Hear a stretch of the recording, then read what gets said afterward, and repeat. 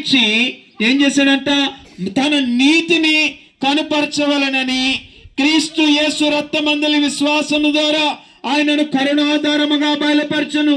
దేవుడప్పటి కాలమందు తన నీతిని కనపరచు నిమిత్తము దేవుడు నీతిమంతుడు యేసునందు విశ్వాసము గల వానిని నీతిమంతుడుగా తీర్చుబడై ఉండుటకు అలాగు చేశాను.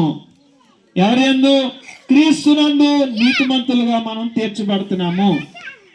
హల్లెలూయా.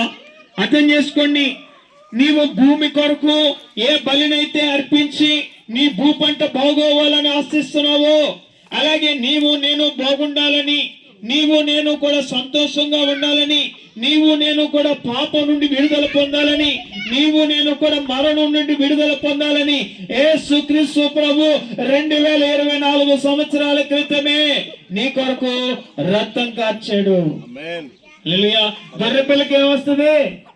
రక్తం వస్తుంది, అవునా కదా? ఎందుకు వస్తుంది రక్తం? నువ్వు భూమి పూజ చేసినప్పుడు ఆ రక్తాన్ని ఏం చేస్తావు? చిందిస్తావు. ఆ రక్తం ద్వారా నీ భూ పంట బాగా పండుతుంది. అలాగే యేసుక్రీస్తు రక్తం ద్వారా నీ యొక్క మరణాన్ని తప్పించి నీ యొక్క పాపాన్ని తీసివేసి నీతిమంతుడిగా చేసి